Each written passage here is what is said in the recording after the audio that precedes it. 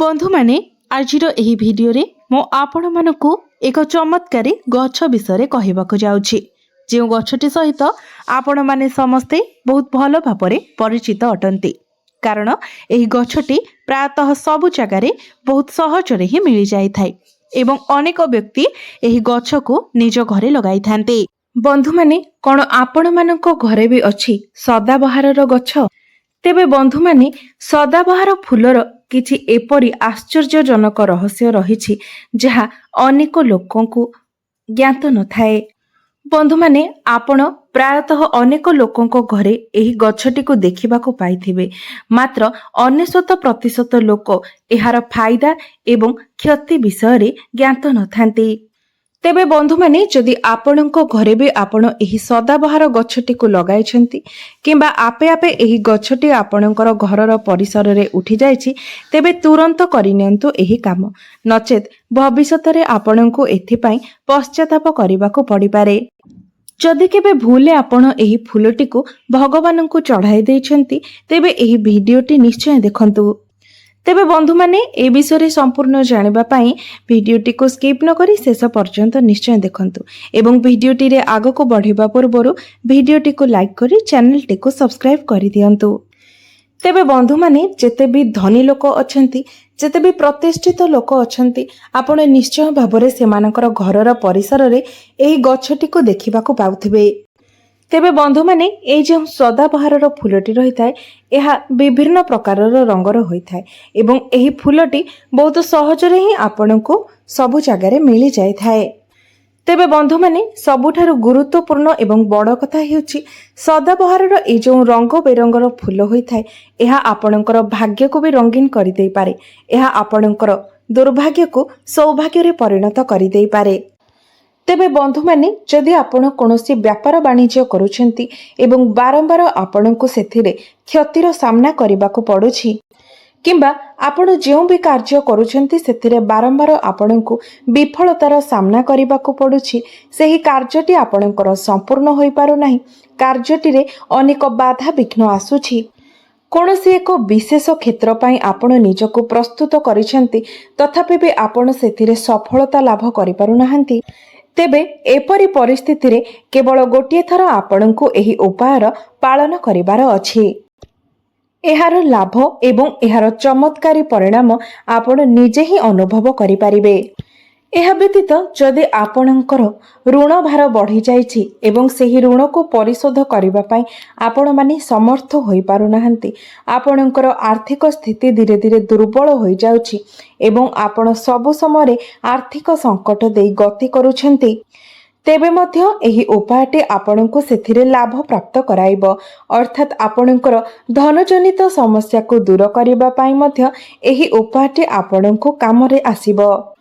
बंधु माने आपण अनेक समय देखिथिबे आमे जेते चेष्टा कले मध्य धन रोजगार करिवार कोनोसी बाट आमको मिली न थाए एवं एपरि मध्य परिस्थिति आसी थाए जो परिस्थिति रे जणे व्यक्ति परिश्रम करी अनेक धन रोजगार करिथांती, मात्र सेही धन को संचय करिबारे से समर्थ होई पारि न थांती, अर्थात तांकर धन गोटिए पटे आसी आउ गोटिए पटे खर्च होई जाई थाए।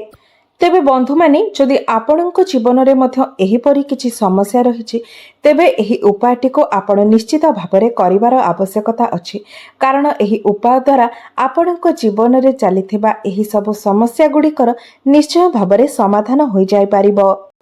तेबे आपण जदि सठिक भाबरे एहार प्रयोग एहार उपायटी को पालन करिनियंती तेबे निश्चित भाबरे आपणको जीवन रे चलिथिबा समस्या गुडीक दूरे होइजिबो एवं एहा सहित आपण निजे मध्य एहार चमत्कारी प्रभाव को अनुभव करि पारिबे। तेबे आपणकर समस्या गुडीक दूर हेबा सहित आपणकर मनोस्कामना मध्य एही उपाय माध्यम रे पूर्ण होई पारिबो। तेबे बंधु माने जदि आपणको जीवन रे धनजनित समस्या लागि रहुछि, आपणको सर्वदा आर्थिक संकट देई गति करिबाको पडुछि, तेबे आपणको बास गोटिए काम करिबार अछि, एही गछटी को आनी आपणको निज घरे लगाइबार अछि, तापरे आपणको आउ कोनोसी किछि उपाय किंबा कार्य करिबार आवश्यकता नाही, कारण एही गछटी आपे आपे ही धन को आकर्षित करिथाए। ଏହି ଗଛଟିକୁ ଆପଣ ଘରେ ଲଗାଇବା ଦ୍ୱାରା ଆପଣଙ୍କୁ ପ୍ରତ୍ୟେକ କାର୍ଯ୍ୟରେ ସଫଳତା ପ୍ରାପ୍ତ ହୋଇଥାଏ। ଯେକୌଣସି ବି କାର୍ଯ୍ୟ ଆପଣ ଆରମ୍ଭ କରିଥାନ୍ତି ବିନା କିଛି ବାଧାବିଘ୍ନରେ ସେହି କାର୍ଯ୍ୟଟି ଆପଣଙ୍କର ସମ୍ପୂର୍ଣ୍ଣତା ଲାଭ କରିଥାଏ।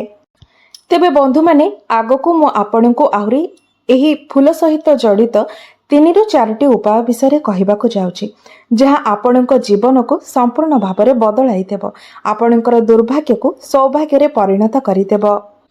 ତେବେ ଆପଣଙ୍କୁ କେବଳ ଏତିକି କରିବାର ଅଛି ଯେ ଆପଣଙ୍କୁ ମୁଁ ଯେଉଁ ଉପାୟ ଗୁଡ଼ିକ ବିଷୟରେ କହିବାକୁ ଯାଉଛି ସେଗୁଡ଼ିକୁ ଆପଣଙ୍କୁ ସମ୍ପୂର୍ଣ୍ଣ ଧ୍ୟାନ ଦେଇ ଶୁଣିବାର ଅଛି ଏବଂ ଉପାୟ ଗୁଡ଼ିକୁ ଭଲ ଭାବରେ ବୁଝି ତାପରେ ଉପାୟ ଗୁଡ଼ିକୁ ପ୍ରୟୋଗ କରିବାର ଅଛି, ଯାହାଦ୍ୱାରା ଏହି ଉପାୟ ଗୁଡ଼ିକ କରିବା ସମୟରେ ଆପଣଙ୍କ ଦ୍ୱାରା କିଛି ଭୁଲ ହେବ ନାହିଁ। ତେବେ ବନ୍ଧୁମାନେ, ସଦାବାହାର ଫୁଲଟି ଏପରି ଏକ ଫୁଲ ହୋଇଥାଏ ଯାହା ଆପଣ 12 ମାସରେ ଦେଖୁଥିବେ ସେହି ଗଛରେ ଫୁଲ ଭରି ହୋଇ ରହିଥିବ। ସେଇଥିପାଇଁ ହିଁ ତା ନାଁ ସଦାବାହାର ଅଟେ ଏବଂ ଏହାର ଏହି ବିଶେଷତା ପାଇଁ ମଧ୍ୟ ଏହା ଆପଣଙ୍କ ଭାଗ୍ୟକୁ ମଧ୍ୟ ସବୁଦିନ ପାଇଁ ଚମକାଇ ଦେଇପାରେ, ଆପଣଙ୍କର ଦୁର୍ଭାଗ୍ୟକୁ ସୌଭାଗ୍ୟରେ ପରିଣତ କରିଦେଇପାରେ। ତା ଭିତରେ ଯେମିତି 12 ମାସ ଯାକ ଫୁଲ ଭରି ରହିଥାଏ, ସେହି ଗଛଟି ସର୍ବଦା ସବୁଜିମା ଭରା ରହିଥାଏ, ସେପରି ଆପଣଙ୍କ ଜୀବନକୁ ମଧ୍ୟ ଏହି ଗଛଟି ସବୁଜିମା ଭରା କରିଦେଇଥାଏ ଏବଂ ରଙ୍ଗୀନ କରିଦେଇଥାଏ।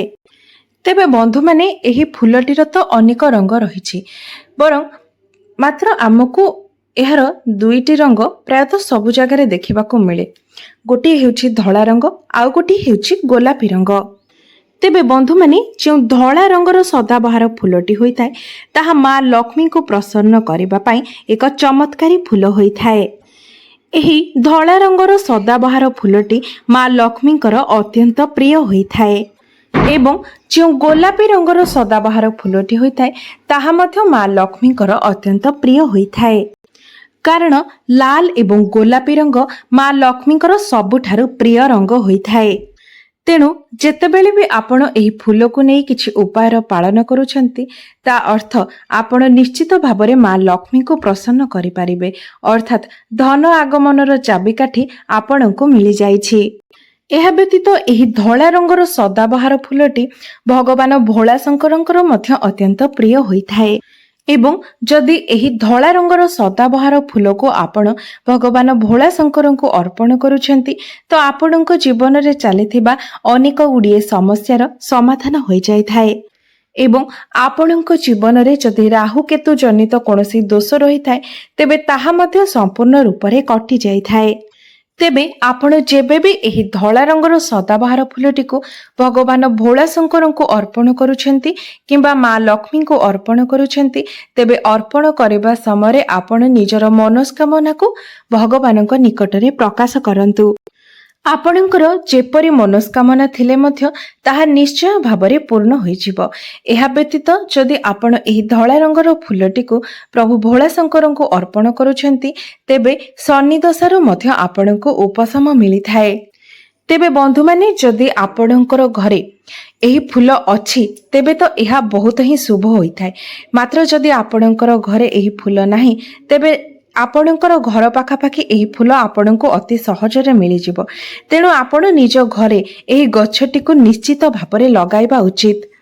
ଏହା ବ୍ୟତୀତ ଯଦି ଆପଣ ପ୍ରତ୍ୟେକ ଦିନ ସଦାବାହାର ଫୁଲକୁ ହାତରେ ଧରି ମା ମହାଲକ୍ଷ୍ମୀଙ୍କର କୌଣସି ବି ମନ୍ତ୍ରର ଜପ କରନ୍ତି ତେବେ ମଧ୍ୟ ଧୀରେ ଧୀରେ ଆପଣଙ୍କର ଆର୍ଥିକ ସଙ୍କଟ ଦୂର ହୋଇଥାଏ ଏବଂ ଯଦି ଆପଣଙ୍କର ସ୍ୱାସ୍ଥ୍ୟ ଜନିତ କିଛି ସମସ୍ୟା ରହିଛି ତେବେ ଆପଣ ଯଦି ଏହି ଫୁଲକୁ ନିଜ ହାତରେ ଧରି ଭଗବାନଙ୍କ ନିକଟରେ ନିଜର ସ୍ୱାସ୍ଥ୍ୟ ପାଇଁ ପ୍ରାର୍ଥନା କରନ୍ତି, ଉତ୍ତମ ସ୍ୱାସ୍ଥ୍ୟ ପାଇଁ ଭଗବାନଙ୍କୁ ଜଣାନ୍ତି, ତେବେ ଆପଣ ମଧ୍ୟ ନିଜ ସ୍ୱାସ୍ଥ୍ୟରେ ଧୀରେ ଧୀରେ ଉନ୍ନତି ହେବାର ପରିଲକ୍ଷିତ କରିବେ।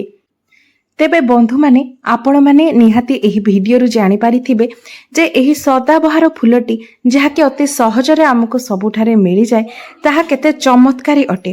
ଆପଣ ଏହାକୁ ଘରେ କେବଳ ଲଗାଇବା ମାତ୍ରେ ହିଁ ଆପଣଙ୍କର ଧନଜନିତ ସମସ୍ୟା ଦୂର ହୋଇଯିବ, ଆପଣଙ୍କୁ ମା ଲକ୍ଷ୍ମୀଙ୍କର କୃପା ପ୍ରାପ୍ତି ହେବ। ଏହା ସହିତ ପ୍ରତ୍ୟେକ କାର୍ଯ୍ୟରେ ଆପଣଙ୍କୁ ସଫଳତା ମଧ୍ୟ ମିଳିବ। ତେଣୁ ଯଦି ଆପଣଙ୍କ ଘରେ ଏହି ଫୁଲଟି ନାହିଁ ତେବେ ନିଶ୍ଚିତ ଭାବରେ ଏହି ଫୁଲର ଗଛଟିକୁ ଆପଣ ନିଜର ଘରର ପରିସରରେ ଲଗାଇବା ଉଚିତ।